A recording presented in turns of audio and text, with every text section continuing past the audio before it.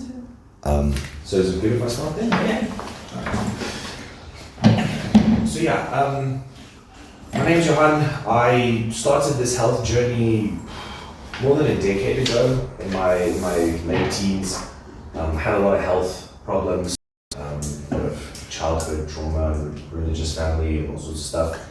And somewhere in my mid-20s, I basically had a crash. I was trying, I knew things were wrong, but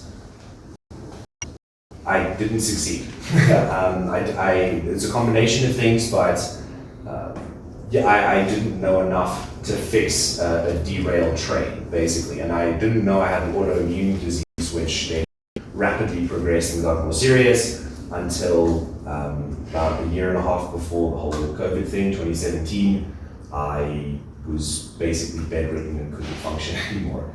And then had to start taking quite a radical approach to try and fix everything. I started with a very severe restrictive diet because I figured out, okay, this has to be some kind of autoimmune thing, so let me just eliminate everything. So I just ate red meat and animal products, mostly just meat and organs for like a year. It's not the most fun way to get better, but it did help because a lot of, as I'll get into, plants contain a lot of nutrition, but they also contain defense chemicals. So the way that I'm going to approach this talk is I'm going to cover 4 aspects, or what we call the 4 doctors in the holistic lifestyle coaching methodology, which I learned from the Czech Institute in California. So the 4 doctors are basically Dr. Diet, Dr. Quiet, Dr. Movement, and Dr. Happiness. So Dr. Quiet is our rest and recovery, that's sleeping, that's your meditation, that's these sorts of things. Dr. Diet's the food, the water, the air quality, all of that sort of things that are coming into the body. Dr. Movement is both our, let's say, our relaxational movements, like a meditative walk. A slow, mindful movement will generate a lot of energy, but we also have the need to expend energy through exertion. And so we want, and that doctor governs the domain of exertion versus recovery-based movement. And then Dr. Happiness is our mental lives, our minds, our way of thinking, our mindsets, our hopes and dreams. Are we feeding our minds enough? Are we giving them enough rest? Those sorts of things. So let's start with a quick breath work technique, if everyone doesn't mind standing up quickly. I know we've already done a lot of stuff today. We're just going to do a few breaths of this, but I call this one the eagle breath, and I'm sure you can kind of space out a little bit. But basically it's, as you inhale, you're going to bring your arms up into the side, tilt your head back, open your front chain, and then gradually exhale. Slowly come down, tucking the neck in, curving the shoulders over and forming almost a rounding in the front. And then as you inhale, slowly back up through the nose. And I'm sure all of you felt with just that few movements, there's already a sense of calm, right? So this is one of what we call a work-in movement. So now you can all sit back down. I just wanted to put you all get a feel for that. So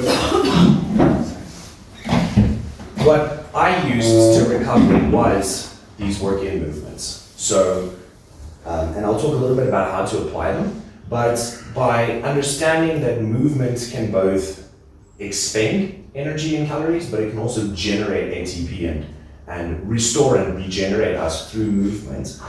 You don't just lie down to recover, but actually moving can be part of the recovery and healing and growth or yin process. So whenever we're trying to make a positive change, we want to begin with what's our one dream. So in the worksheet, you'll see what's your one dream or goal. So for the purposes of this simple exercise, I'd like you to think about something in terms of your health and lifestyle that you would like to reach a certain destination, right? So what's that goal? What's that, Sue spoke earlier about how to set that sort of thing up. So as we're kind of talking, I want you to kind of process through what is the thing that you want to focus on and get a takeaway from our talk today, and that'll help you inform for the Q&A, so you've got some questions to ask as well. The second and third questions, we'll get to those at the end, we'll come back.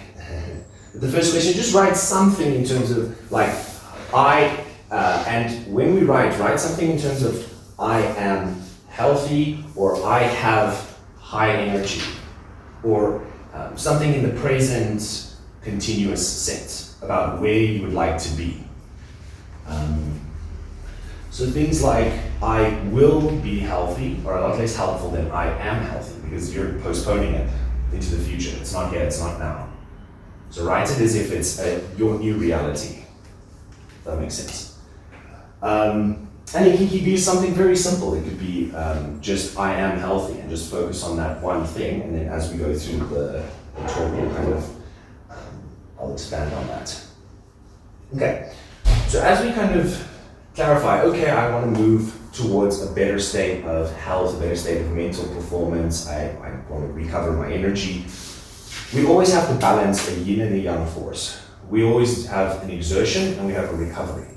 And so whenever we're looking at making a change, we need to look at whether we need more yin in that department.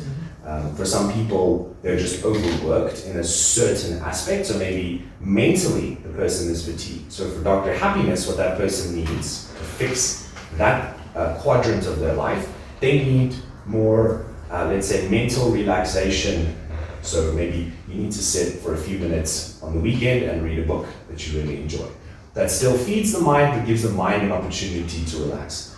Or perhaps somebody has a desk job, and it's very mentally fatiguing, but physically there's no exertion that occurs.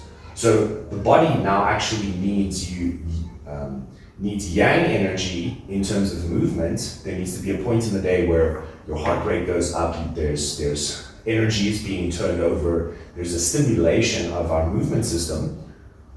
But say somebody that works a hard manual labor job might need to come home and do Tai Chi, where somebody that works an office job may need to come home and hit the gym before they come home to create that harmonic balance within themselves, if that makes sense. So, and then once we've clarified, and I'll get to the 4 doctors and that, and how to balance those, but once we've figured out what we need to do, there's always 3 choices we can make. We can make an optimal choice, we can make let's say a suboptimal choice, or we could choose to do nothing. So if you don't know what to do, the best option is sometimes to do nothing, and the thing to do then is to learn more about what's required. Once you've figured out what changes need to be made, you can make those changes in a way that is cohesive with the rest of your life, which is what I would call an optimal choice. So your dream team, so that's the people that you share life with, your romantic partner, your wife, your kids, your husband, whoever those people that you spend your time with and energy with, the changes that you make should preferably not cause major disruption to them wherever possible. That way ensuring that it's easier for you to maintain the change. Because if you make that change in a harmonious way, then it's much easier for you to actually implement that. Whereas if you need to kind of upheaval your entire life to make a small change, that can often discourage us to actually keep up with that. So for Dr. Happiness, we'll start with mindset. So we know that our minds are always kind of are target oriented, and they need to be given something to look at, or they'll just find things to look at, right? So the grocery store, let's go there, right? This is something that a lot of people kind of struggle with. They'll walk into the grocery store and then subconscious things start to take over, right? So one thing that Melanie asked me 6 months ago was like, why do people eat things they know they shouldn't? And I sat on that for 6 whole months, like, I don't know the answer to that question, and I really thought about it. Then I realized, no, it's because they tell themselves a story. So whenever somebody buys a chocolate and eats it, the typical story that they tell themselves is, I know I shouldn't be doing this, but I can't help myself. So what story are we telling ourselves when we're eating something that's pleasurable to us? There's no problem with pleasure. I can eat candy, I can eat all sorts of things within the 80-20 rule, 80% whole foods, healthy food, 20% you're allowed to enjoy yourself. And you can be very, very healthy if you do that. But it's not going to stay 20% if you have a bad mindset about your enjoyment and your pleasure. It's going to get out of proportion. Because you're going to tell yourself, I can't control myself. Then it's not going to be, oh, I have a portion that's appropriate for my body, I feel good, I enjoy it. But you're going to go finish a whole bag of candy, and then you're going to feel sick, and you're going to reinforce this, I can't control myself, and therefore I can't enjoy myself properly, right? So when we look at the food industry, I'm just going to cover a few of those things because I think this kind of helps people understand the mindsets to approach eating. The food industry is trying to make money off of you, which means that they are going to pick items to sell to you that have the largest profit margin. What that means is they can spend a small amount of money and sell you something that's really expensive that's not worth much. For example, if you look at, you could take like a Kellogg's cereal, right? You go look at the ingredients, that's typically mostly corn and some wheat. Well, those raw ingredients are dirt cheap, but you're paying like $100 or whatever it is for a box of 500 grams, but you can pay 20 Rand for a 5 kilo on the opposite shelf. Well, what's happening there is that they've branded, oh, Kellogg's Weightloss cereal, it's so good for you. All they've done is branded really cheap, low value ingredients, mark the price up, chemically process them, and then convinced you that that's what you should eat. It's the same with a lot of weight loss products, a lot of like weight loss shakes, this. A lot of what it is, it's marked up products for them to make money. And if you walk past the sweet aisle, what is that? It's the most brightly colored jungle of non-tropical fruit you've ever seen, right? It's trying to trick your brain into thinking this is a tropical fruit because we're used to seeing bright things are usually sources of food and nutrition. So they're playing a game to hijack your natural animal instincts to seek out nutritious food, fruits, vegetables, these sorts of things, using marketing, packaging, all of that stuff. So when you walk into the grocery store, understand that there's a battle between your mind and what you choose you want out of life versus what that company wants out of you as a customer.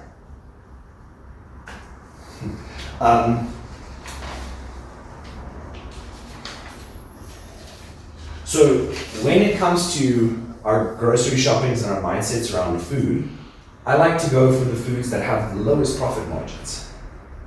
So what are these foods? It's vegetables, fruits, and animal products. These don't have a very big profit margin. Most cattle farmers don't make particularly insane margins. They have to go to massive scales before they make money. So what I do is I shop at my local farmers market.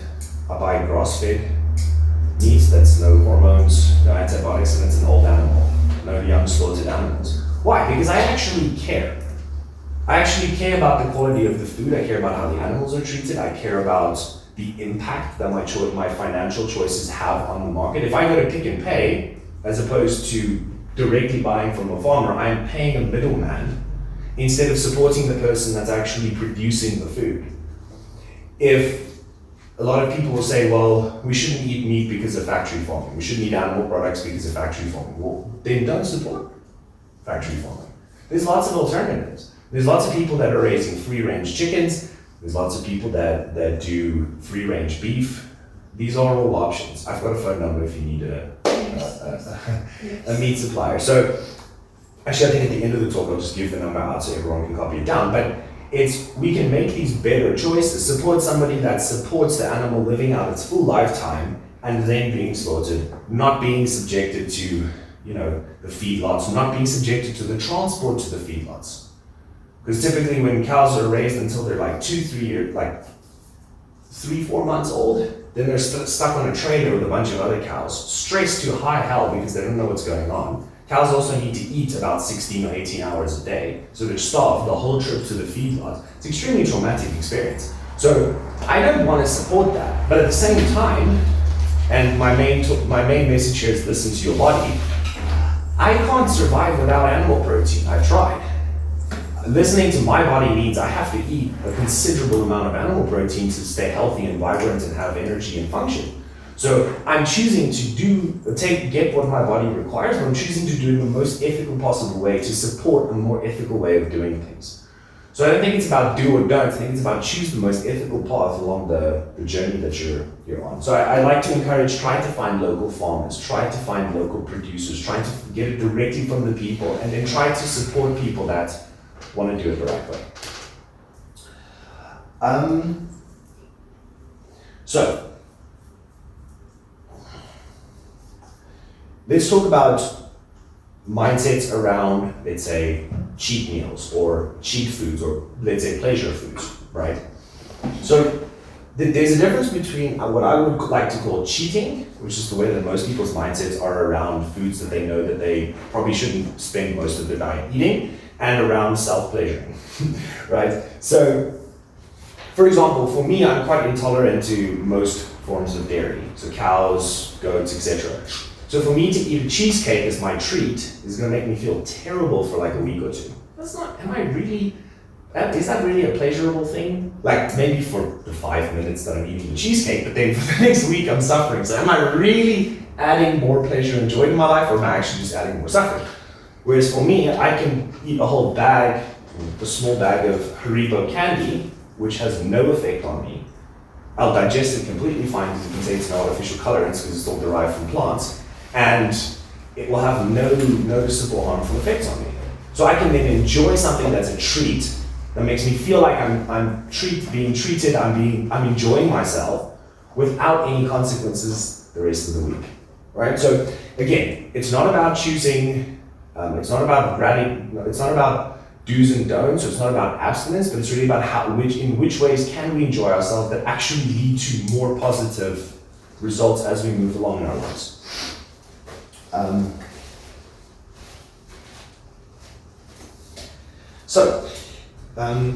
Now to cover Dr. Diet. So the main point I'm going to make here is listen to your own body. There's a few things I'll talk about in terms of specifics, but the main thing I want to say is there was this, and give an example of, there was this horse breeders, right? And so they had one of their prize stallions had gotten cancer, and it was a rough time. The family really took it quite roughly, and so the vet was like, listen, he's got a couple of months left, like you guys have got put him out on pasture, maybe send somebody to look after him, but just let him go enjoy the last few months the horse has left. So the owner sends his son, he's like, but we're not going to let this poor animal, we've looked after it our entire lives, we're not going to let anything happen to it, so you've got to follow this thing and make sure that he's okay. So the son follows the horse, and he's been working with horses his whole life, but he notices immediately something is really weird with this horse. Like he goes and picks all these weird flowers, and he's eating these flowers, plants, stuff he's never seen a horse eat in his entire life. And he gets home that day and he's like, Dad, I don't know what's gotten into this horse's head, but he's eating the strangest things, I've never seen this before. And he's like, well, I mean, leave him. He's got a couple of months left, who cares, right? 3 months go by, the horse is still alive. 4 months go by, they're like, something's not, why is the horse still, like, he seems healthy. Like, what's happening? They bring the vet back, come look. He checks, he's like, the cancer's gone. He's like, what did you do to the horse? He's like, I don't know, we just left him out to pasture. What they discovered was that the horse, within his own biology, he had the knowledge to heal himself. And as soon as they took him out of the enclosure, where he had limited access to his natural foods, he was unable to heal himself. But as soon as they let the horse go out to pasture, his internal instincts took over and he ate all of the foods he needed to cure his cancer. Right? So, what that says is that you don't need an outside guru to tell you how to eat. Your body inherently has all of the knowledge you require, how much zinc you need, etc., etc. All of the minerals, nutrients, your body knows what it requires, and if you listen closely enough, it will tell you. So there's another part to this that's very helpful, I think. There's a book called Biochemical Individuality, and in the research, what people have discovered is that when you take large populations, you get averages. But when you take individuals, you get enormous variance. So you can find two siblings, same parents, and they can completely metabolize things completely differently. So my brother can metabolize cruciferous vegetables like broccoli, no problem. doesn't get gas, no bloating, nothing. If I touch a cruciferous vegetable, it is a disaster. I start gassing up, I feel horrible, I feel nauseous, sick, my appetite's ruined for days, my mind's all confused, because I can't detoxify the chemicals that are in cruciferous vegetables because I don't have the enzymes for it. His body, on the other hand, produces an enormous amount of them, and he can digest them like it's nothing. So just because somebody else can eat something that makes them more healthy, your individuality might not gel well with that. So that is going to take us to what's called the duck bill test. So take your dominant hand, put your index and thumb finger together. Take your less dominant hand and then put them over each other like that. Then I want you to, with your dominant hand, push against, and I want you to try and judge how much force your dominant hand is able to resist, right? Now we're going to do a little exercise where I want you to ask your body, I would like to get to know you better. Please speak to me. I will listen without judgment. Right, let's all repeat that. Body, I would like to get to know you better. Body, I would like to get to know you better. Please speak to me. Please speak to me. I will listen without judgment. I will listen without judgment. Okay, now hold that duck bill test. Now ask your body, show me what a yes feels like when you're saying yes to something I'm asking you. And then I want you to feel how strong is your dominant hand. I want you to gauge that strength. Right? Really, really push. See how much force it takes to close. And then say, thank you, body, for speaking to me. Now, body, show me what a no feels like. And then feel what that feels like.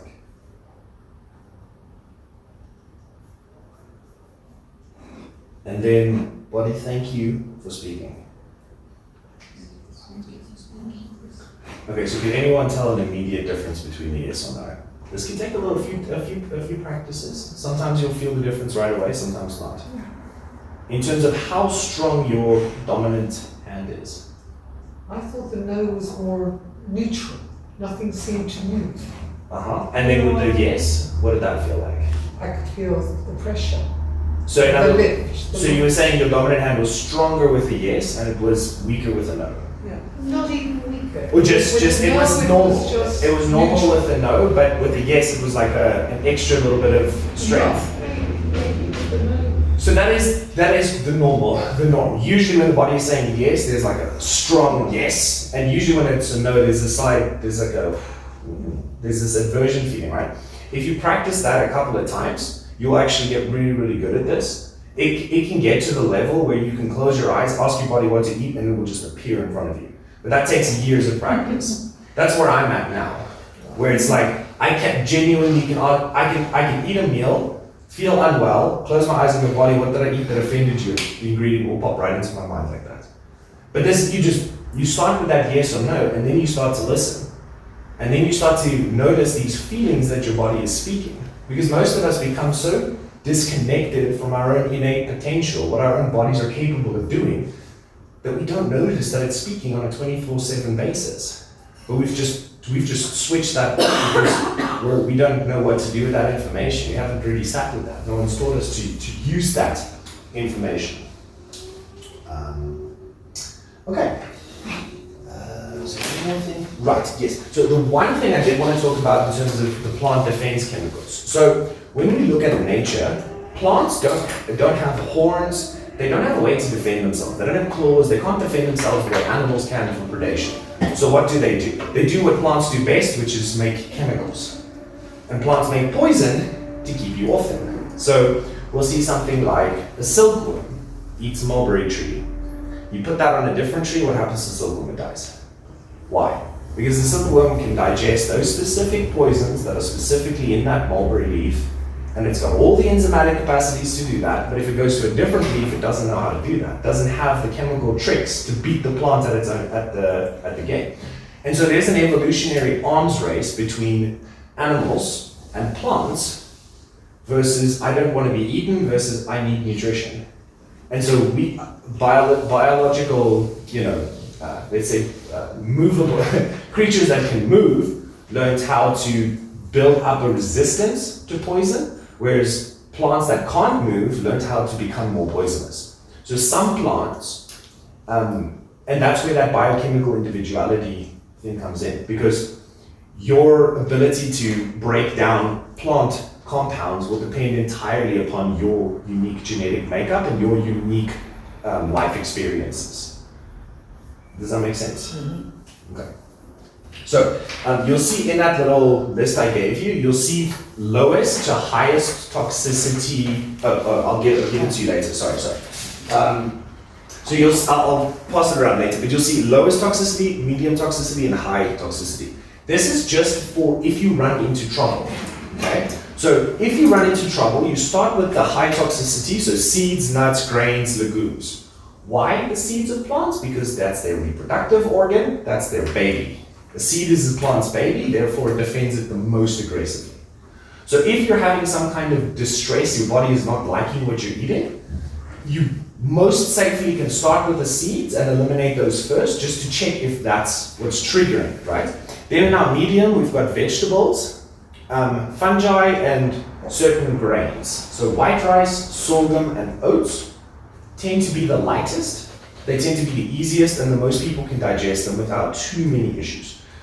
And then the lowest toxicity foods are fruit, because the plant really wants you to eat that fruit. The reason is it wants you to eat the fruit and then move the seed somewhere else. So the agreement that animals and plants have is we'll take your fruit, but then we'll deposit your seed somewhere else so that you can procreate. So plants, when a fruit becomes ripe, you've noticed the difference between like a green fruit and a ripe fruit is massive in taste. And the reason for that taste difference is as soon as the plant's ready to give you the fruit, it removes all of the poison from it. It breaks down all of the toxins, and suddenly it becomes unbelievably sweet, the bitterness is gone, and it's this rich, delicious thing. Why? Because the plant desperately wants you to eat that so that you will carry that seed and deposit it somewhere else, right? So if you run into a situation where you're like, oh man, I don't feel well, and whatever I'm eating is upsetting, cut the high toxicity, even the medium toxicity in terms of plant defense chemicals, go to the things that are the least defended until the situation subsides, until you feel better, and then try to reintroduce things one at a time. Does that make sense? So you eliminate until you feel better. If that means you can only eat steak and apples, then that's what you eat until you feel better. But then you're going to bring one item back at a time. And as soon as you get something that makes you feel bad, you're like, okay, that's on the no-go list. My body doesn't want this from me anymore. This is going in the bin. You add another food, you're like, oh wow, I feel even better. A lot of people who have severe autoimmune conditions end up on the carnivore diet where they're just eating meat because they just cannot tolerate anything else. A lot of them find that once they reintroduce some fruit, they feel better all of a sudden. Great, then that fruit now goes on your green list. That's the food that you want to keep in there because you know that that's what your body likes. And some people don't tolerate red meat well. So I tolerate red meat almost the best of all the meats. But some people don't. It causes inflammation. They don't feel well. They'll do much better on some chicken and fish. And some people I'll even go as far as to say some people need to eat almost no animal products to feel healthy. And that just is what's right for them because of their unique metabolism. So I don't have a dogmatic approach to what's the right thing to eat because each of our bodies are different. We have different needs at different times. So do we have any questions about that? Just what was the medium? The highest was seeds and the lowest was fruit. So the mediums is your vegetables. I'll pass. Okay, let me pass this around quick. So grab that. I thought it was vegetable. I wasn't sure.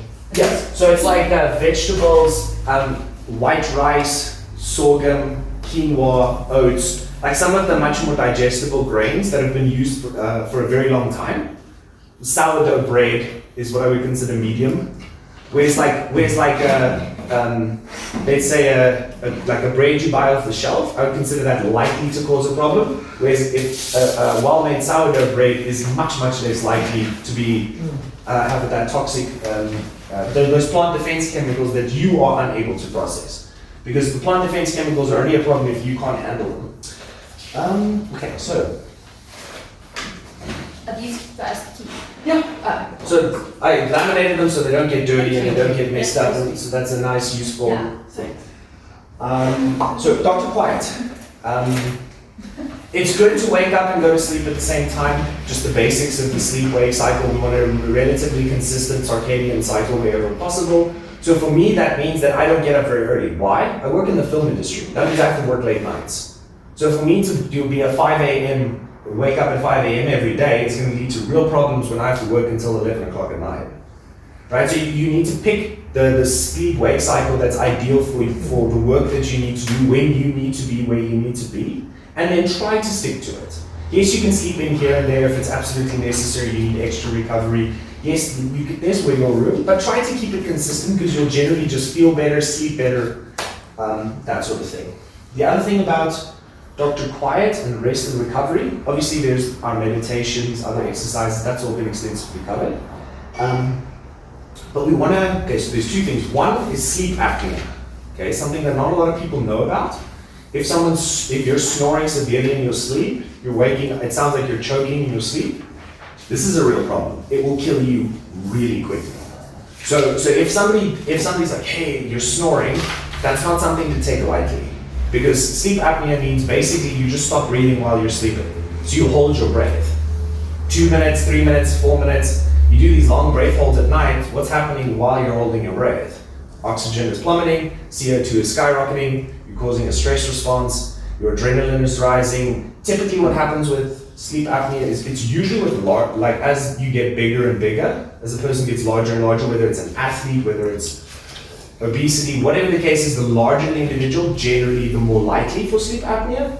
But there are lots of small women that have sleep apnea. So there's a correlation with body weight, but it's not a one-to-one correlation. You can be quite small and still have sleep apnea because it depends on the structures in the back of your throat, in your face, all of the bones, where everything is sitting, whether or not that might be something you're predisposed to. If you do have a sleep apnea issue, it needs to be addressed immediately. That's when you go see a doctor, or you contact me and I run you through a few strategies we can use to fix that. One of the ones which you'll see is in the nighttime routine is to use mouth tape.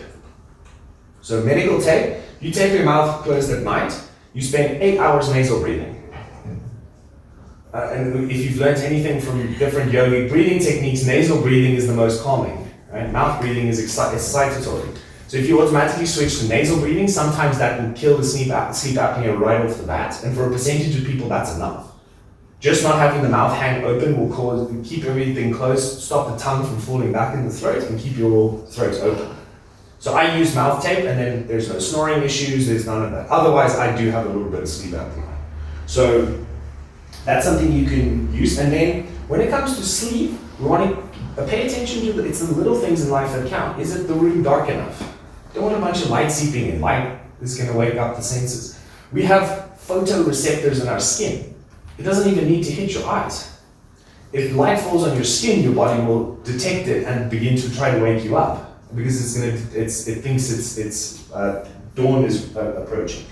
So the room must be dark. It should be humid enough that the air is not dry and irritating your nasal passages. So in winter, if it's really, really dry, a small humidifier with a small fan to disperse it so it doesn't puddle in one place. Don't put the fan directly on you so you feel cold. You know, these little tips and tricks that's really where you get a lot of bang for your buck, let's say. Try to reduce your blue light for 3 hours before bed.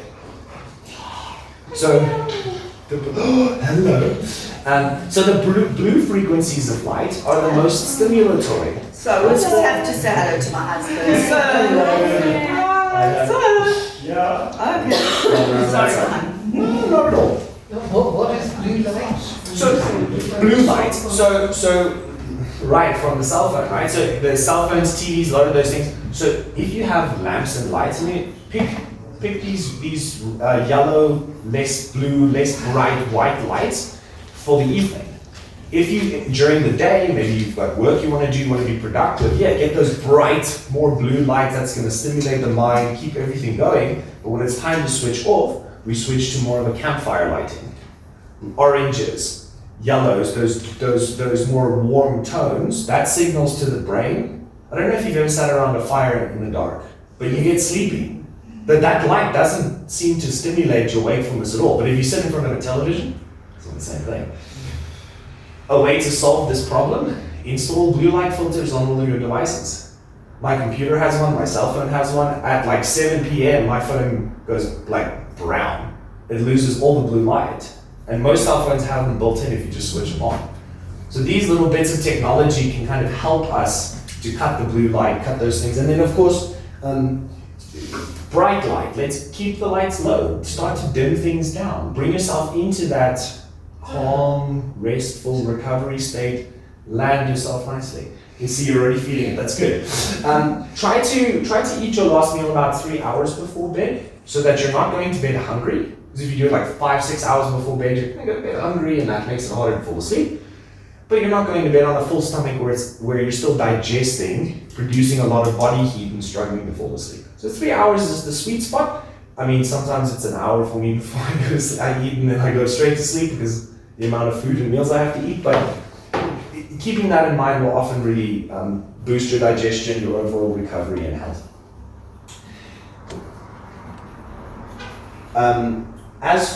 So for doctor movement, so does that answer Dr. Quiet? Does that answer the sleep and rest and recovery questions? So for doctor movement, we want to be balancing our yin and our yang movements. So I like to practice Tai Chi and that sort of thing in even just 5 minutes. So if you have a meal, you do 5 minutes of, let's say, a work-in exercise as opposed to a work-out. Work-in exercise. So I'll do a quick demonstration of one that anyone can do. Put your hands out in front of you, kind of put it like that, and go. You inhale, open up the chest. You do that for 5 minutes after you've eaten. What's going to happen? You're generating movement, which is stimulating, the muscles are contracting, but they're contracting very slowly without raising your heart rate. So your body doesn't register it like you're exercising. It doesn't trigger sweating, it doesn't trigger excitation, adrenaline. Instead, we have movement in the presence of rest. And when you combine movement and rest, you have blood, which you've just filled with proteins, carbs, fats, nutrients. So you've got this really nutrient-rich blood right after a meal. Your blood's full of all of this food. And then you carry that blood into other parts of the body. So when I work with clients, I do an assessment, which helps me determine which of their chakras is the most stressed. Basically, which energy system, and each chakra is associated with a separate bunch of organs. So the heart chakra is the heart, the lungs, the thymus, which a lot of people don't know. It's an immune organ. It sits right behind your rib cage, right here. Your throat, obviously, your thyroid, your vocal cords, etc. Right? But there's organ systems attached to each one of the major, you could say, nerve outflow points, because each of the chakras is actually a point where the nerves come together and join in with the spine. If any one of the organs and or tissues attached to a single chakra are damaged, all of the rest of them will experience an increase in stress, because they're all neurologically all tied together. So the reason I like to use these work-in movements and why we do this right after meals is that specific one I showed you is for the diaphragm. So that's for the stomach, the pancreas, the liver. So right after you've eaten a meal, you're now driving blood flow into these specific organs. So for me, that's one of the places where I've had a lot of issues with these two chakras. So I've done a lot of movements that drive the nutritious blood that I've just eaten back into the organs that need it the most. Does that make sense? Mm-hmm. So we're taking this natural anabolic or recovery yin response of growth that comes from eating a meal, and we're specifically taking it and giving it to the place where there's the greatest need in our body. So once you've, and you can figure this out quite quickly if you look at like yoga positions. They'll often, if you get a little bit deeper into it, see that each one targets a specific chakra, right? So then you just take a gentle yoga position or movement that you can do and target that specific chakra. And now you can drive healing and recovery to that damaged area and speed up your recovery. So this is one of the things I did. It works phenomenally well. Then I want to get into working out. So I most like lifting weights. There's a reason for that. Most people don't really kind of, especially women, don't often realize the benefits of lifting weights for them. And I know it seems like something that's very much a domain for men or boys, but lifting weights is actually one of the most effective, and it's been scientifically quite well established, for increasing bone mineral density. So when there's a physical load placed on the bones, the bone needs to be stronger, allocate additional protein, calcium, and magnesium, make sure that the bones are strong. When there's a load on your spine, let's say you're doing some squats, it doesn't have to be crazy heavy, but there's a load on the spine. What's it going to do? It's going to strengthen each vertebra disc. The bones are actually going to become more dense. We know if we look at professionals who lift incredibly heavy weights, their bone mineral density is like 2-3x normal. Their bones are like rock hard. So what are the things that typically are the age-related problems that women face? Bone mineral density loss, muscle loss, hip fractures, like knee injuries. All of these things can be prevented and slowed down by simply building up a physical capacity of resilience. So I have a little kind of analogy of what I call the buff grandma versus the soft grandma. And like the grandma that's lifting weights, well, her muscles are being stimulated. What does that mean? That means they're going to suck up glucose, which means that her blood sugar is going to be regulated. So she's not going to have high blood sugar after eating a meal. Why? Because the muscle is hungry. As soon as the food's there, it just sucks it out of the blood. So now we don't have that like terrible shoot up of blood sugar that takes forever to come back down. Why? Because it means that there's somewhere for it to go. What happens if when you trip, when grandma trips? Well, if she's been training, those muscles and the nervous system junctions are going to be really well, let's say, orientated.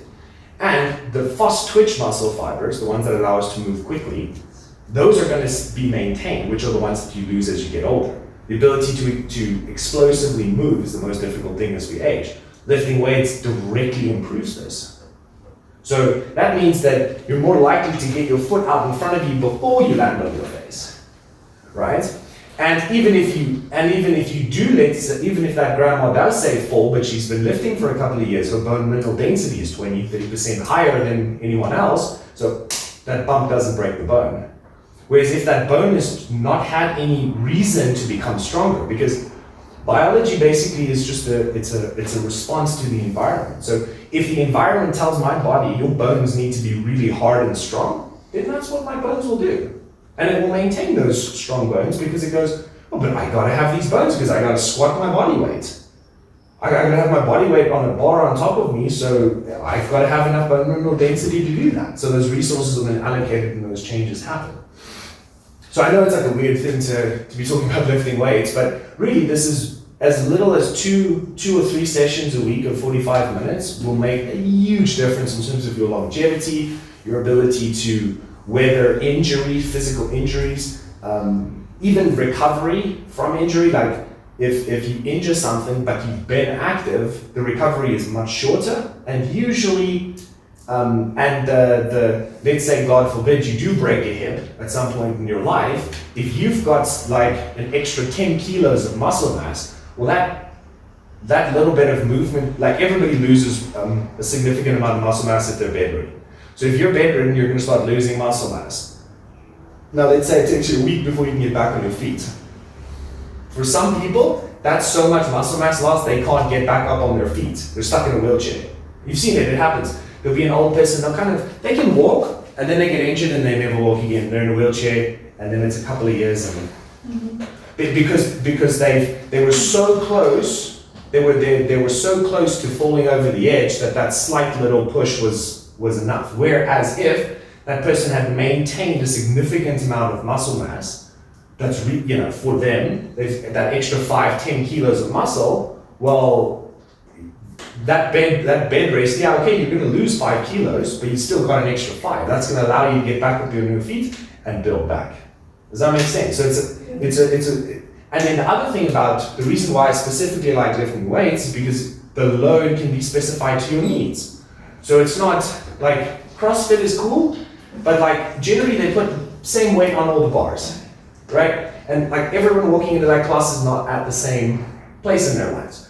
So learning how to and lifting weights that's appropriate for where you are at, that's just challenging to you will cause you to grow. And the stimulus can be carefully matched with your needs and requirements, right? Because you can adjust, okay, like, I'm not going to do 10 kgs, I'm going to do 8 kgs. There's that ability to incrementally challenge yourself, if that makes sense. So it's something I highly recommend most women take up. Is there any easier way than going to the gym 3 times a week for 45 minutes? Is there something one can do? You could lift weights at home. Dumbbells or something? Yeah. So I have a gym at home. I don't go to a commercial gym. I train in my garage. I'm just thinking sitting there. But look, it does. It should be an exertion. The train, like that little bit of time you spend, there is a point at which you need to push yourself into a point of exertion. And the reason why is because biologically, until we're like above 90%, like when we go past that 90 percentile, we're nearly at 100%. Between 90 and 100% is where all growth and development happens. Whether that's your comfort zone, like what you're capable of handling with work, whether that's personal challenges, we all know that the point at which we grow is when we're getting close to where we can't anymore, right? So you do need those points of exertion, and I will also put this as a separate thing where I have something that I call saber-toothed tiger deficiency syndrome. What a name. Right? and what it is we don't experience intense physical moments in our lives that our ancestors all did. Because they would walk around the corner and there's a large cat and it's looking at you like your lunch. Then it's like 30 seconds and you run vertically up a tree. So what's happening there is your body goes into a you're fully present, right? You're not distracted, you're not thinking about what you're gonna have for lunch later, you're not thinking about that person that doesn't like you. No, you're completely here now. Your body and your physiological state reaches a peak, and then it stops quite quickly. Now that pattern of fully in a moment, physically exerting yourself and then stopping, not doing that for extended periods of time. That's why I said 45 minutes is the maximum. 45 minutes is the maximum that a woman can spend in the gym, unless you're on steroids. That's a completely different equation. That completely changes our physiology. But otherwise, what happens is you become stressed out. So if you spend 2 hours on the treadmill in the gym, that's not going to help.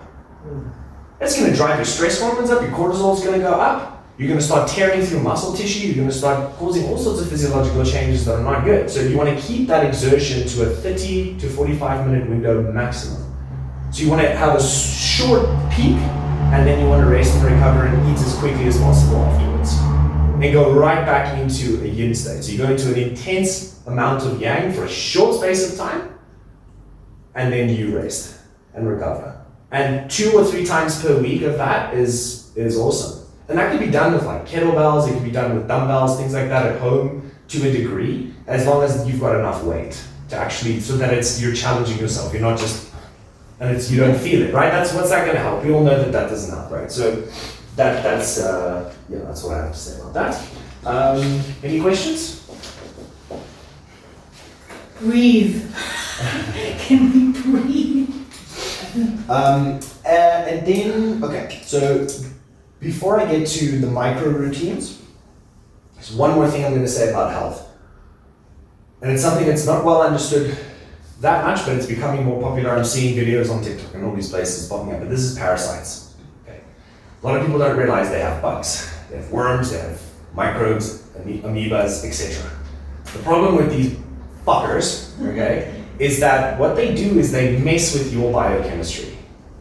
So So parasites are really advanced organisms. They can manipulate your biochemistry and the way that you feel. The reason for this is that's how they escape your immune system. So they're chemical factories, and they send out these signals that confuse your immune system so that your immune system doesn't detect them. It's this whole game that they play because they have to hide, because your body doesn't want them there. So what happens is they start to try to manipulate your feelings. So what will happen is sometimes people will clean up their diet, stop eating foods that are causing them a lot of inflammation, and then they feel good, and then they start feeling sick. And it's like, why do I feel so sick? I'm like, I felt great, now all of a sudden I feel ill, I don't feel well. Because the parasite is very unhappy, it's starving. Mm-hmm. And so it starts to spit poison in your bloodstream, trying to convince you to go back on the chocolate cake diet because that was what was feeding it, right? It's because typically what these organisms do is they're scavengers. So whatever is left over that your body isn't absorbing, digesting, or assimilating, it's eating it. So it will try and convince you to go back to doing what you were doing as quickly as possible, and it will try to create resistance inside of you because it doesn't want to die, because it's trying to preserve its own life. Does that make sense? So it's important to also notice that there are these other factors that can influence how we feel as we're eating, and it's important to kind of build that relationship with the body and go, what do you want? Not what am I just instinctually just suddenly feeling, but kind of taking a moment, being conscious, going, all right, body, is this, like, what is this reaction that's happening? What is this feeling? And just sitting with that with the moment, and sometimes that can help clarify. Now, the way to completely avoid and get rid of parasites, very simple. It starts with bacteria. Anything that so we have two intestines essentially, or two portions. A small, which is a bit thinner and longer, and the large, which is much wider but shorter colon, and that's at the bottom. So it goes stomach. That's where everything gets churned, it's like a blender. So acid gets thrown in, enzymes get thrown in, the stomach churns it, then it gets poured into the small intestine essentially.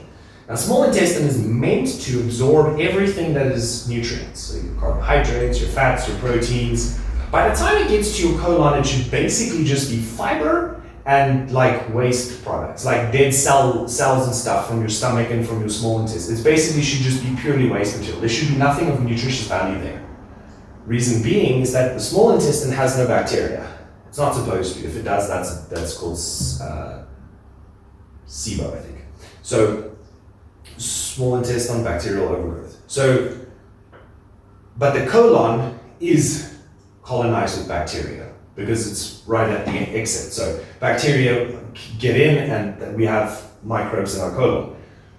There was two experiments that I'm going to quickly talk about. I won't get into too much sciencey stuff. There was one where they put rats. Now it's very difficult to do this with humans, but with rodents you can. They completely sterilized them of microbes. They nuked their microbiome.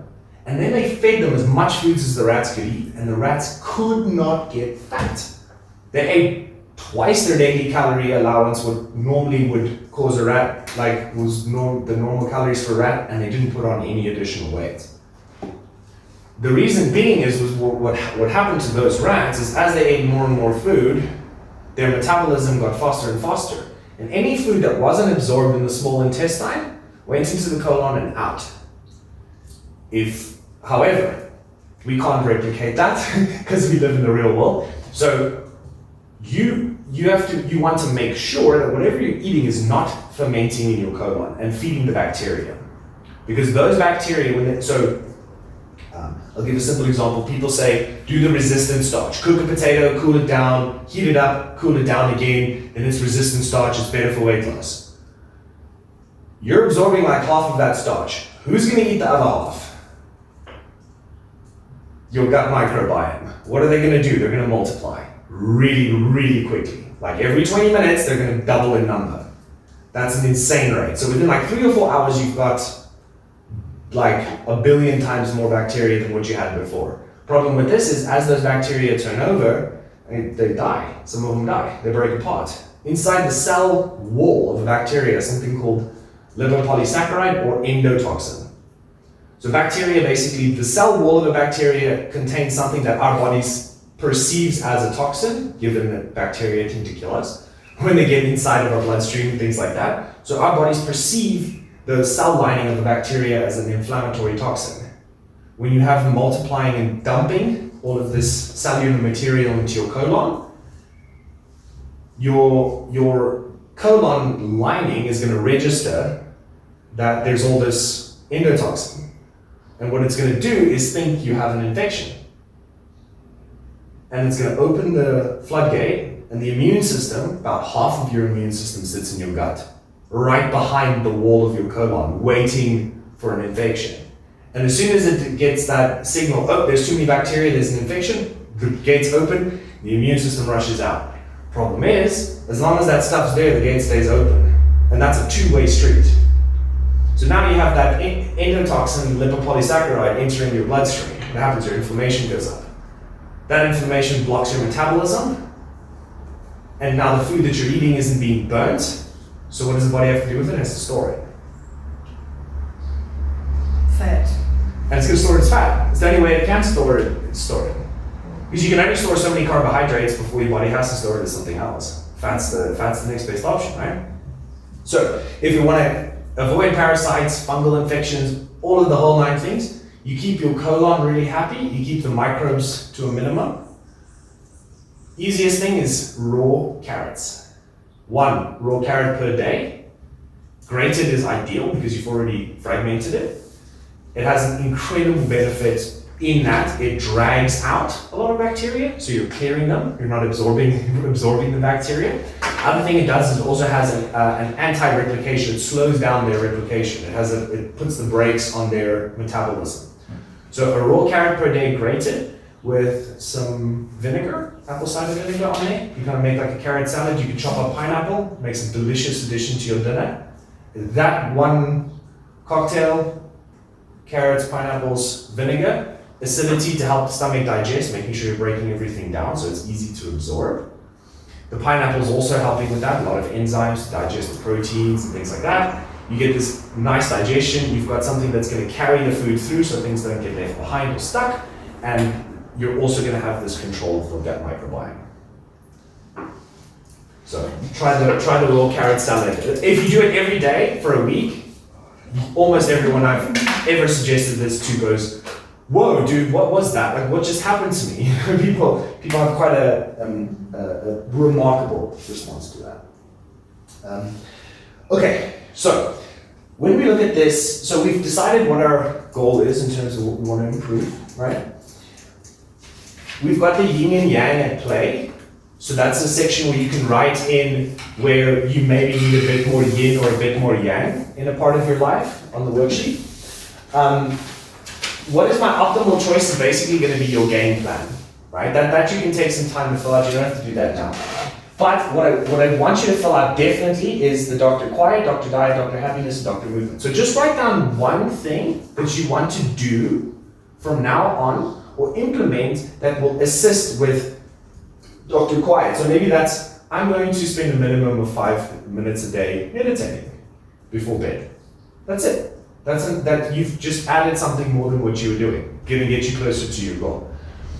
Maybe for Dr. Diet, I'm going to eat 80% whole foods, natural foods, and I'm going to stick to eating at least 80% of my foods as whole foods, unprocessed, or whatever that is, or whatever thing from today you took, like that's something I want to implement in diet, write that down. So the reason I've got this worksheet is just so that you have a reference guide, so that you go, I think I can do that, and you take a few home that you can actually practically apply. Yes? I have a question for like 80-20, more like your intake on it. Is that like 80-20 daily, 80-20 weekly, or 80-20 like monthly, would you say? Because like daily to me seems like difficult. Yeah, it can be difficult. So Difficult, what's it? but like weekly seems. Yeah, so what most people will do is they'll have 1 or 2 days, depending on activity levels, etc., where you allow yourself those extra treats, right? So let's say, for example, the gym, right? I just said go 2 to 3 times a week. Well, whatever treat you like, whatever sugary thing you enjoy, have that right after your workout. it's going to psychologically make you want to go to the gym a hell of a lot more if you know there's a Snickers bar waiting for you. Well, preferably not Snickers, it's not the best option, but pick some ice cream, whatever it is that you really like, that doesn't upset your system. Again, this is important, it needs to work, gel well with you, but pick something that's a treat and have it right after you've done your workout. That is all going to be sucked up and burnt off anyways. It's not going to sit around. So does that answer your question? Yeah. So for me, for example, like I'll usually do the day that I train legs, which is like a big day. There's squats, like deadlifts, it's huge energy expenditure. So that day, if I want to like pig out on something, then I'm going to do it on that day. That makes sense. Yeah. Yeah, Dr. Happiness, what's something that's about my mindset that I want to implement? Some new mindset I want to implement, you know? Okay, then I've got a really fun section right at the bottom. When we get to that. So I want you to write a daily affirmation that you can say to yourself that positively reinforces your new behavioral pattern. And then also, and even more importantly than the daily health affirmation, is your pleasure affirmation. When you reward yourself, I really want you to change the relationship you have with your reward system. Make it a positive one. So here I've given an example. I am pleasuring myself with this chocolate. I am fully present to enjoy it. I face all consequences of this pleasure gladly. Now, as you become more aware, more conscious of your pleasuring choices, whether that's drinking a little bit of wine, whether that's eating some chocolate, whether that's whatever that thing is, it's maybe not the most health promoting thing, but if you do it consciously within what's reasonable for your body, your life, it's not going to derail anything.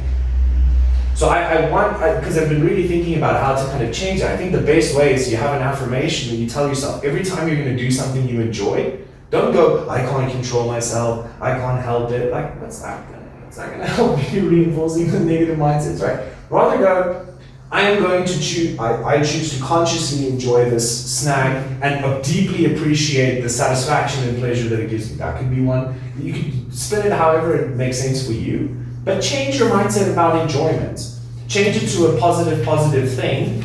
And when you're gonna, along the way, find, oh wow, okay, that treat made me feel kind of afterwards. Yeah, maybe I'm not gonna do that treat, I'll choose something else. Maybe it's not cheesecake, or maybe it is cheesecake, maybe it's this. But as you allow yourself to become more conscious, become more conscious of your enjoyment of food and nutrition, you're gonna actually find that it's easier and easier to manage. It's like for me now, it's not really a big problem. If I have a craving, like I know which things to go get in the grocery store, and I know in which context to eat them so that I don't feel sick afterwards. So that I can go on the next day, get up and have a great day and be like, wow, wasn't that, big plate of salty fries and whatever else I had, like wasn't that lovely? And I feel great the next day, as opposed to don't feel sick after cheating. Only you do. Well, no, that's not true. A slab of chocolate, I don't feel sick. I think we can eat these things and not feel sick.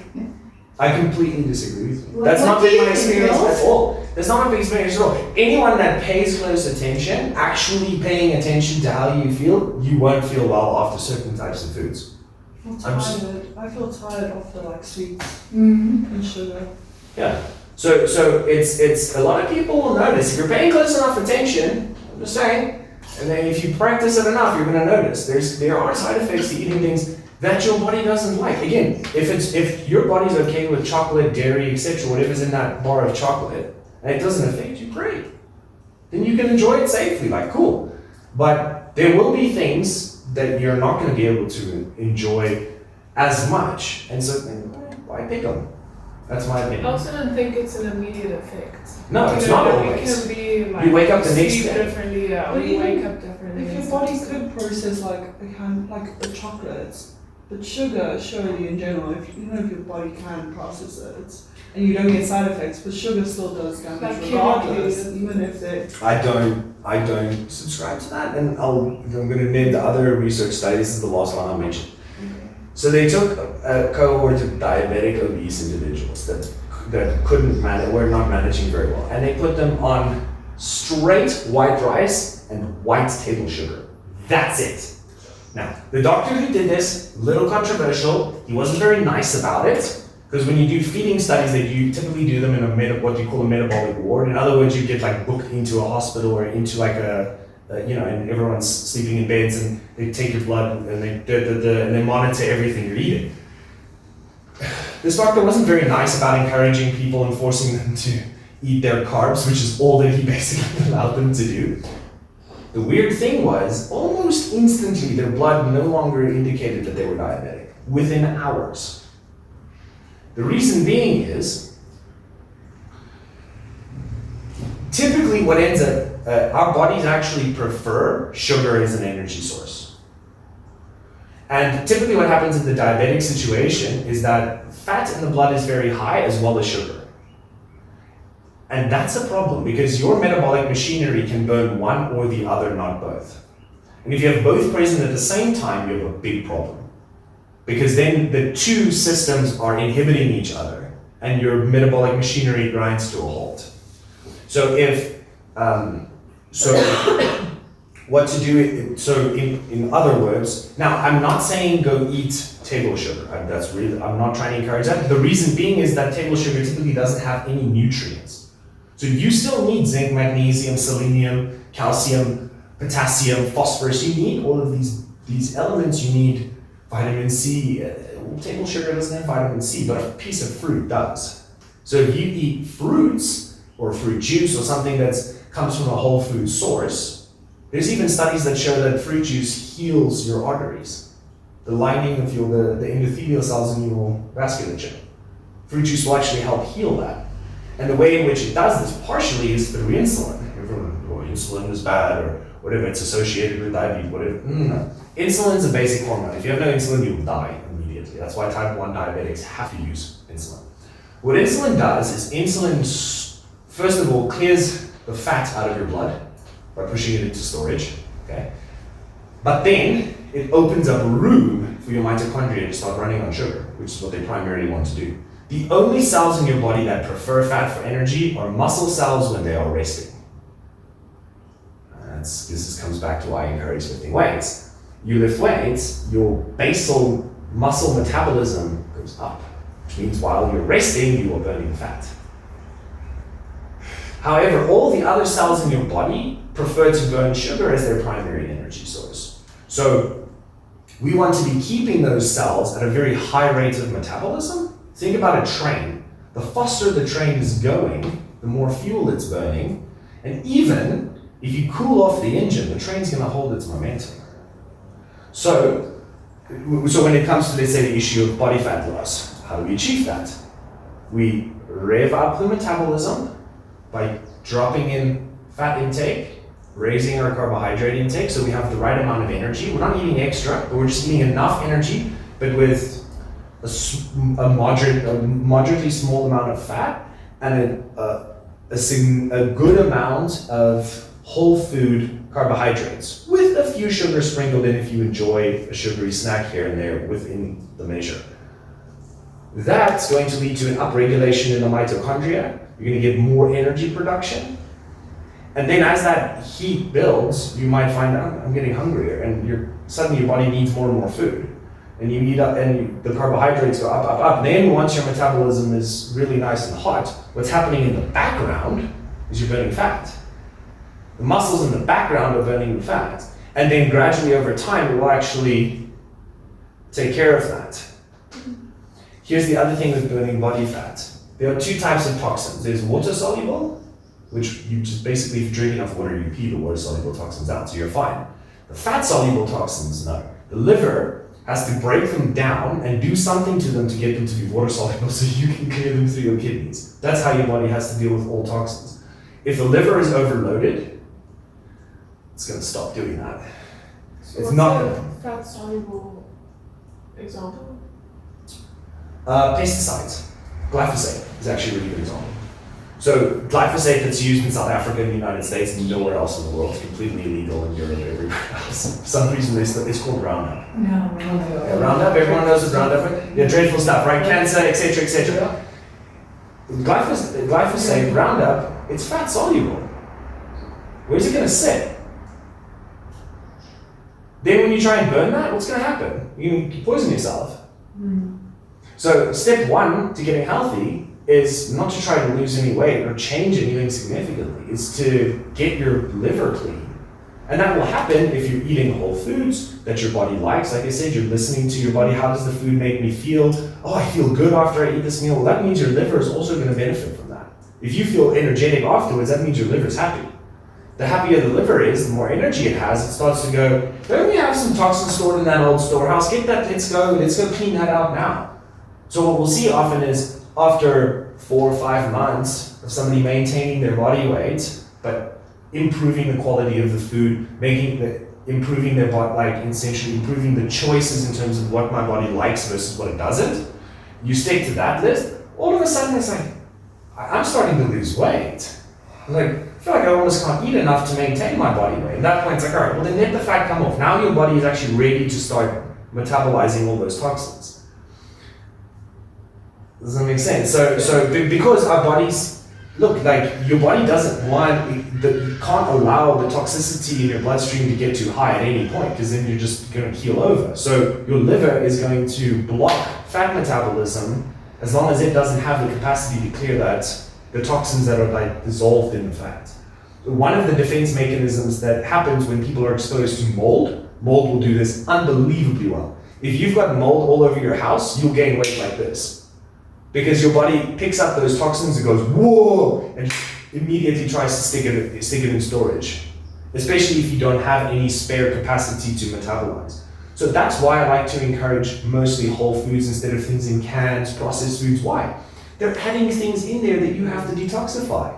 Those preservatives that they add to the food, that is an extra detox burden. But you've got all the glyphosate and all that other crap you got to detoxify too. So when you stick to mostly whole foods and foods that your body is responding well to, then you have the largest capacity to deal with external toxins and internal toxin load, and therefore keep, let's say, like self-defense fat and get rid of that self-defense fat. Because a lot of what that's doing is actually trying to protect you from the toxins, because fat will absorb those. It does it with alcohol too, by the way.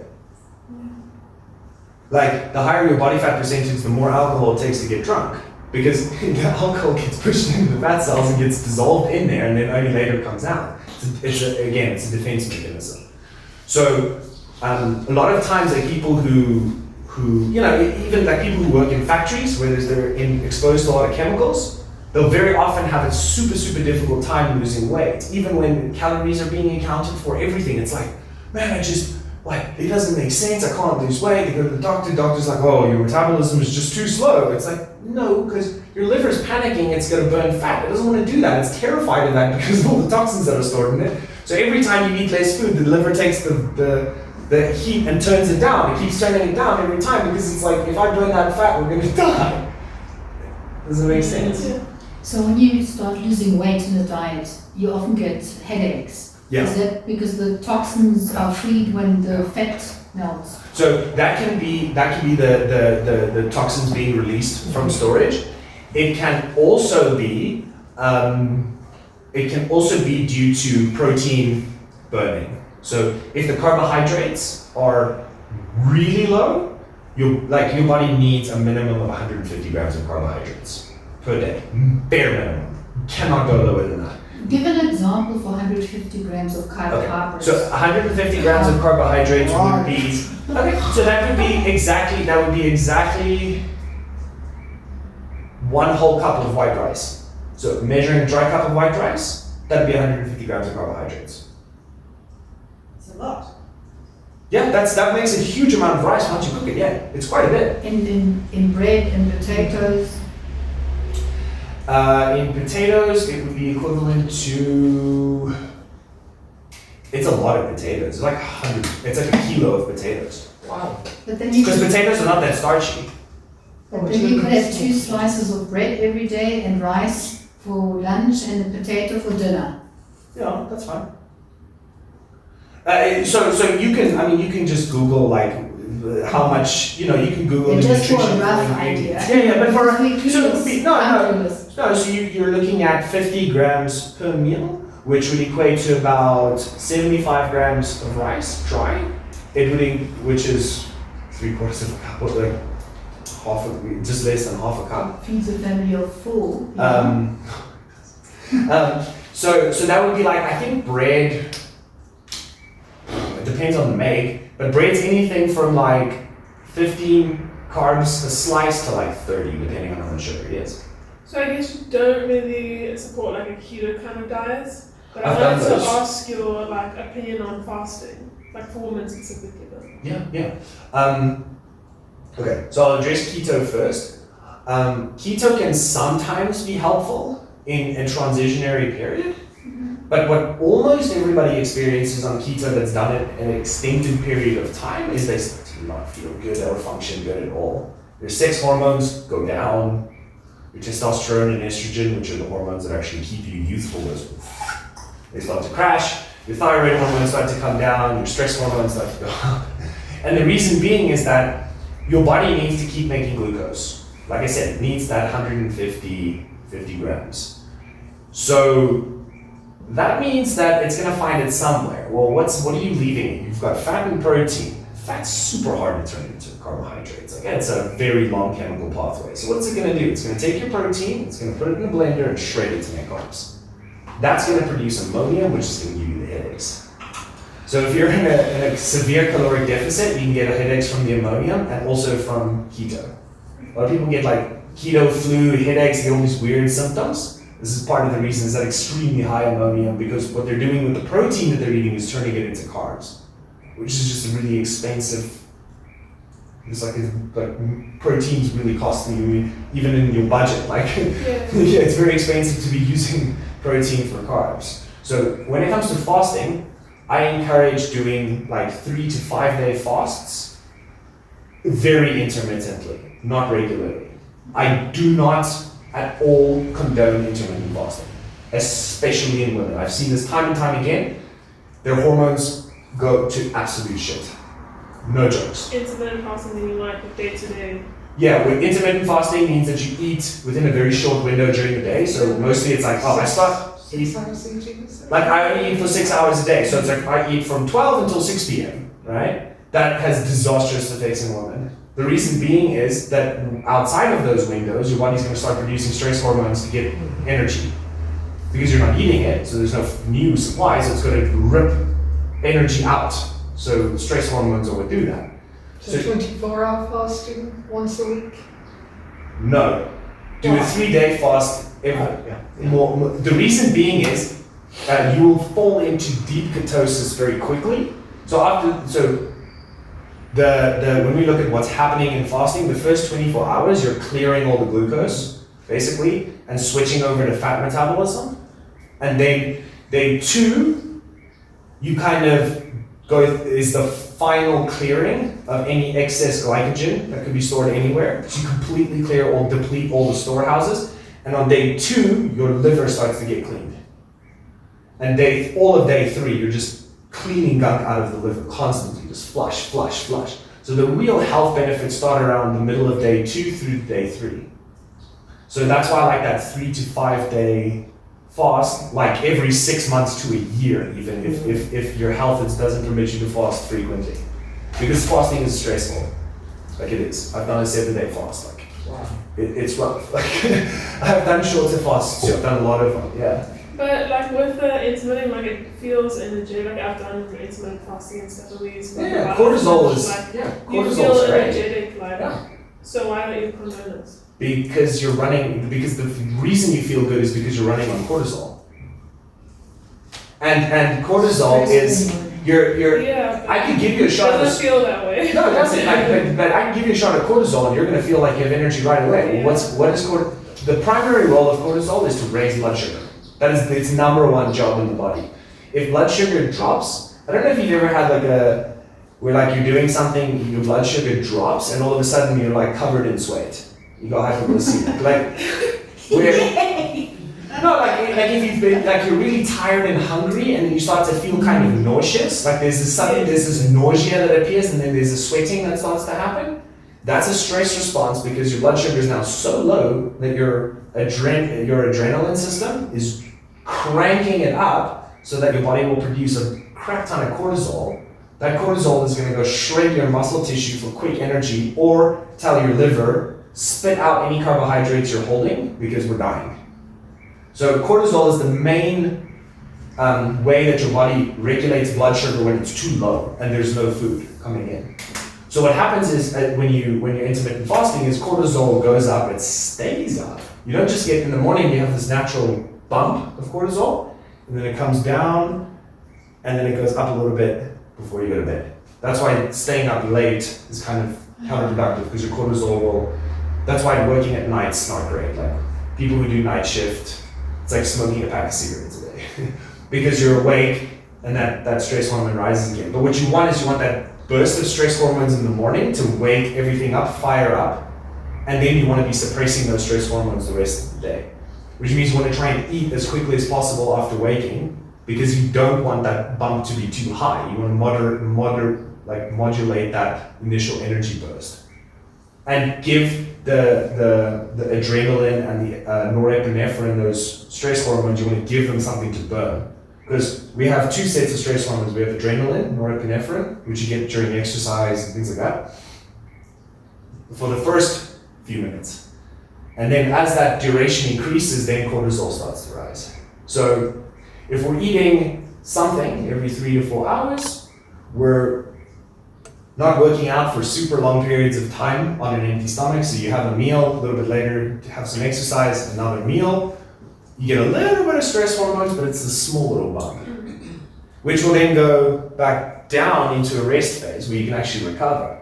What happens with intermittent fasting is you go, woo, stress hormones, and then you eat. And then all of a sudden you go, and you just feel dead after you've had your first meal. That's a typical experience. People are just wasted after their first meal. And this is why, because you've been running on these stress hormones and then all of a sudden you put food back in your body and then it just wants to sleep to recover from all the stress. So by having, even if it's, some people are not breakfast people, like they just don't have an appetite in the morning. I recommend hydrating. That's part of the problem. Most people when you wake up, you are dehydrated. So I've got my morning routine is wake up, drink half a liter to a liter of water with a little bit of electrolytes, some salt and lemon juice. 2 minutes outside on the grass, get that blue light from the sky, right? You get the grounding from connecting with the earth, neutralizing the electrical charge. And then usually there's an appetite. But most people wake up and then they try and eat. And they're like, I'm not hungry in the morning. So obviously, because your blood is like syrup. You need to put water in there before your digestion can get going. I have another question for breakfast. Yeah. Sorry. Please, no, more questions about But is it do you promote a more protein focused breakfast or a? So I recommend having there's so many mixed opinions. Yeah. So I would recommend so a simple breakfast that will work with most people without allergies is a couple of eggs, 2-3 whole eggs, a portion of maybe some fruit. So an orange and an apple, 3 eggs, an orange and an apple for many people, that's enough. That's enough food. If it's not, you can increase the amounts of food. But I like to have some protein and fat and carbohydrates with each meal. So you just kind of have a complete balance of those things because the fat will help. You want some quality animal fat or I'm not going to get into vegetable oil. Vegetable oils are just rubbish. Like sunflower, just throw all of that out. Olive oil, is it? Straight. Olive oil, coconut oil, and avocado oil. Steve, not heated olive oil. That will be more comfortable. But yeah, I don't. So I recommend coconut or animal fats. So butter, ghee, tallow. Sorry, nuts. Nuts work if you can digest the nuts. The fats are okay, but you don't want to be heat extracting them, in a bottle, right? Avocado oil is fine too, but it's usually pricey. So coconut oil is usually the plant oil that's the cheapest and the most accessible. And butter or ghee is usually the animal fat that most people kind of end up using the most. But yeah, to answer your question, like the foods that work for you, and then have a balance of a little bit of some kind of protein fat source and some kind of carbohydrate source at each meal. Cool. Do we have any questions? Johann, how are you doing for time as a matter of interest? We're almost at 5, so. I just wanted to ask you about the coffee. Last Yes. time you were talking about coffee, how it's Yeah. Yeah, wait 90 minutes after you wake if you want the coffee really to wake you up. And like not But you can, Oh, yes. drink out of coffee. So no, but the reason why is that the coffee, what it does in your brain is basically blocks adenosine. Now, the adenosine isn't there for the first 90 minutes, so it doesn't do anything for the first 90 minutes. It just triggers your like the sort of placebo effect that you programmed into. Like That's you're fine. you're used to drinking coffee and coffee is gonna wake me up. No, but the caffeine doesn't work for the first 90 minutes. But you should. I can't be placebo. Because I'm So- so sensitive. Like, if you have 1 cup a day, it's as a wake up. Yeah, no, I get that. I'm too sensitive. I can't touch caffeine anymore at all. I'm way too sensitive. Getting to a point. But if you combine it with a meal, so the other thing is I like to just have coffee with your breakfast. Like that'll be enough away from the wake up point that it's going to benefit you anyways. Just have coffee with a meal. And the reason I recommend it with a meal, for a number of reasons, is that one, the caffeine's going to absorb more slowly. So you get a much more continuous, so it's going to have, on your brain is going to appreciate it because it's not going to get the spike of a chemical and then have it disappear, but it gets this nice gentle curve. And the body likes doing things with curves. The other thing is coffee will directly stimulate stomach acid production, like significantly, immediately upon drinking it. That stomach acid lasts a very short space of time, and then it burns up. Is this why people have like espresso after a meal? Yes, and then it assists with digestion, because it then triggers that stomach acid response, and all of a sudden, boom, digestion becomes a little easier. So if you drink that coffee away from your meals, you are burning stomach acid unnecessarily. And that's a really valuable and biologically exorbitantly expensive thing to produce. Stomach acid is one of the most metabolically expensive things that our body makes because it has to like force hydrogen away, like hydrogen ions away from water, and it's this whole thing where it has to use a huge amount of electro energy to generate that acid. And in that production of acid, it's a biologically very expensive thing to do.